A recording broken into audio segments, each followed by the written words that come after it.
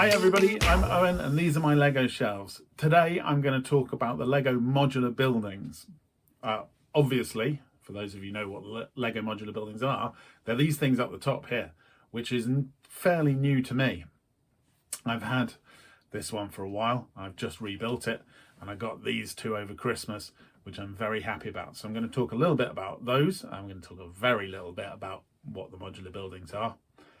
So in 2007, Lego started releasing one a year, a larger building, normally sort of in the 3,000 piece range, designed to be slightly more realistic than the classic kind of Lego city stuff, a bit more architectural building to it, in a minifig scale rather than the sort of adult or idea plus sets that are fully architectural. So they started with Cafe Corner back in 2007, and as I say, one a year since then. I have very much resisted buying them. The simple reason for that is I think that they look incredible, and my danger would be that to feel like I had to buy a lovely expensive set every year might be a bit too much to resist. And of course, given that they began back to 2007 and I haven't been collecting them, the temptation is now to kind of work backwards and start collecting them. Anyway, I resisted for so long and I have crumbled this year. Well, as I say, previously I had the Botanical Gardens. Now the Botanical Gardens are very special to me because they remind me of my time living near Kew Gardens in London. So and I felt like that as a standalone was very achievable, to just have that without this really nice collection that really nicely builds together, because they really are designed to kind of click together and to build a whole street. So that that idea that I could collect way too many of these and spend way too much money kept me away from them for some time. The two that really drew me in then after the botanicals were these two here. We've got the Boutique Hotel and the Tudor Corner. I think I pointed the wrong way then. The Boutique Hotel on that side and the Tudor Corner on this side, two of the more recent ones. One of the reasons that they kind of appeal to me is that they are actually corner buildings, so they could potentially be on the end of a row rather than needing another building next to them, kind of thing. So I'm just trying to hold myself back a little bit from just feeling the need to collect every single one. There are some beautiful ones in the set. I've previously built the bookshop, which is a really nice build, very pretty building, sort of I think what you'd call a brownstone. I've also sort of built from my own pieces the police station and the museum, which I didn't really quite have enough to build, but it was a fun process trying to build from my own collection. So I just wanted to have a little talk through the ones that I built and why I like them in different ways, and I do like these three in quite different ways as well. So that's excuse me, hopefully quite interesting. The other thing that's worth mentioning before I talk about these ones specifically is that the other thing that's very big with the modular builds is that the bigger kind of Marvel sets, so Doctor Strange's Sanctum Sanctorum, as well as the DC sets like Arkham Asylum, also fit really nicely into this scale, and they actually have got those pins provided to link them together as well. So that's quite tempting as well. And I know that it's quite popular, the builds on Rebrickable. Quite a few people taking other sets, particularly like Friends or the City sets, and then making them into this modular style with a couple of additional pieces. So that may well be something that I look into. I know people have done it with Hogwarts sets and things like that as well. For me at the minute, I'm a little bit safe from buying new ones because, rather agonizingly, the shelf space that I've got is unbelievably close to being 3 baseboards wide. without quite managing it. So if I do want to build anything more, I'm going to have to think very carefully about the space and whether I actually modify what they're resting on, what they're built from. But let's get into these 3 builds. I have recorded just photographs of the builds, so I'll post them up as well as little shorts, I should think. So I hope you enjoy those as well. I'll try and link them below once they're finished and once they're up. But if I start with the Botanical Gardens, like I say, I think that for me that it's a real part of my history as well. So I think that that's quite a nice thing to have these buildings resonate with you in certain ways. So for me, I think that it's probably the nicest display piece because it's very grand. It's got lovely plants inside. It's got all the little ornamentation. It's got little animals all over the place. The roofs do come off and there's lots of different garden areas inside and different plants built as well. I think the biggest thing against the botanical set is that there is a lot of repetition in the build. Now, I actually found that that was quite nice, but sort of more as a meditative build. You know, just it was very calm, very sort of just in the zone, and particularly repeating the flowers over and over again. You think, oh, a bit boring. But actually I found it was quite calm and quite nice, and I just found it a really kind of a relaxed experience to the build. I didn't think there was huge amounts that was particularly clever in the build or particularly interesting apart from the plants themselves. You know, the tree looks absolutely fantastic and the collections of plants look really good.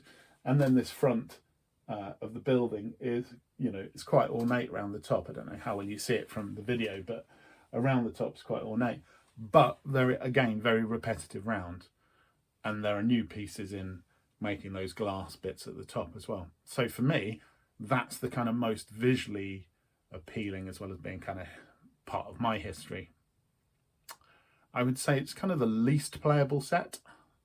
I don't think these sets are really designed for play, but they always have a lot of minifigs with it, and they always have an element of story going through all the different buildings. Because within each of the buildings, there are quite a lot of different rooms. You know, these ones over here, they're working on 3 floors. So you've got quite a lot of different areas. It's not just hollow inside, there's lots of detail, lots of interesting things. And quite often some of the interesting build is on the inside, not on the outside, which is a little bit of a shame because I don't think they are well designed for play.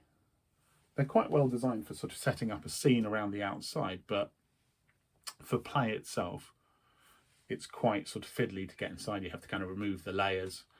That said, my children have, or my daughter especially, has played with at some length, particularly with the Tudor Corner the other day when I finished it, because on the top floor there lives a young lady with several cats, and my daughter likes cats, so she had a great time playing with those. And there's a little bike with the cats sitting in the front of it as well.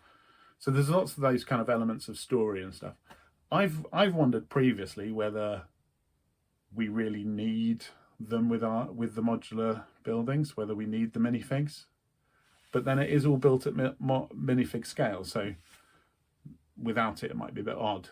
I don't know whether there would be an interest from Lego in a box which didn't have the minifigs in and selling that separately. I imagine you could probably get that quite easily on the second-hand market anyway. Of which, then onto the boutique hotel.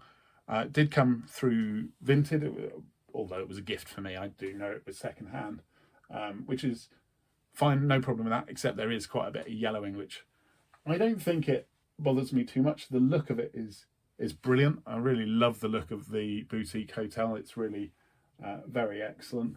I think, unfortunately, if you turn it flat on, it's not quite as exciting. Probably the more exciting side is this side with the little art gallery and restaurant. The art gallery's got some lovely little pieces and little nods in there, as well as sort of a rooftop terrace up there as well, which is lovely. I would say probably the least interesting build, or perhaps halfway between in terms of techniques between the two. But I didn't engage with it as well as I did with the other two. I think I kind of rushed it because it was Christmas Day and I just wanted to build stuff. I was excited by just having a bit of time to build stuff, so I got into it and I think I built quite fast. So perhaps I did, if I'd taken a bit more time over it, I might have enjoyed it more. So again, I think I did get into that kind of Zen level of just enjoying the tiling, but there's quite a lot of repetition again. You can see, I think you're always going to get that somewhat with architectural stuff, because that's actually what looks good architecturally. These repeated columns, for example, on the boutique hotel, they're not actually that interesting to build because you are doing exactly the same thing over and over again. And then, by far my favourite, the Tudor Corner, which is an absolutely lovely build, as well as being a pretty beautiful looking model as well. Everything about this I enjoyed. I think I paced myself a little bit more, so I actually took a few longer evenings overdoing it instead of sort of just rushing it, which is always a danger for me. I think I do tend to rush Lego sometimes just because I'm excited by it. I managed to pace myself a little bit. There's some unbelievably interesting, exciting builds going on in the roof, particularly. Obviously, this white patterning is intricate as well. I think, even though you get into kind of the end of the model, that's where the really exciting stuff is. I thought the roof was incredibly well designed. It looks amazing as well, the kind of red tiling.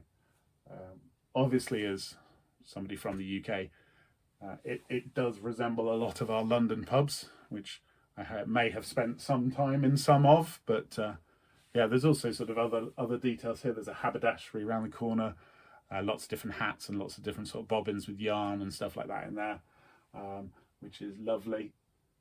As well as, like I say, lots of intricate rooms as you go up the building. There's a watchmaker as well, who's, so you've got his sort of clock on the side there, but in that room, hundreds of little clocks, and they're all made differently. So they look really fantastic, and they're all with printed pieces. So you've got the clock faces like that, but then little sort of clockwork bits and pieces, which is just really good fun. So I really enjoyed that one. I enjoyed them all. Like I say, I think that the garden kind of probably resonates with me most in terms of kind of my personal history of where I've lived and where I've enjoyed spending time. I really do like succulents and the arid plants, and they've got a whole section in there of those. It's the least playable because I think you can kind of take the roofs off and you can take a couple of the walls.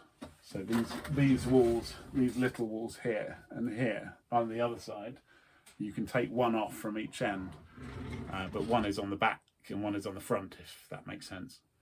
So it doesn't make sort of very playable. Not that I'm particularly keen on playing with them, but and then by far my favourite is the Tudor, which has been fairly, for these models at least, fairly cheap lately.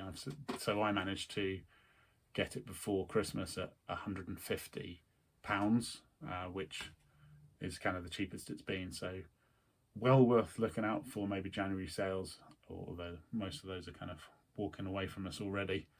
But yeah, I don't know how well I'll be able to resist buying more of these modular buildings. They do seem to be getting better each year. They are incredibly interesting now, as well as just being a lovely big project for these. So big recommend, really, especially the Tudor Corner. I think was a big highlight for me. I really enjoyed building it, and more than anything, I think these are display pieces. These are designed to kind of live up, displayed, and they're interesting. You can move things around with them. You can obviously, once you do have a few, you can connect them in different ways. You can make your street in different ways, assuming you've got enough shelf width, which, as previously discussed, I don't. But yeah, I will post, like I say, a string of pictures. I think I will probably have put some in as I've been talking as well, if I can get myself around to doing that. but I'll also do some shorts which will have more photographs and a little video maybe, so you can see the models with a bit more detail as well.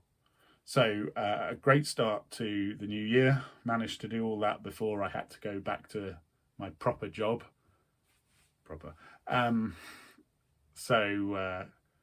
Yeah, just trying to fit in the building around the real world, real life at the minute. So until next time, keep on building. Bye.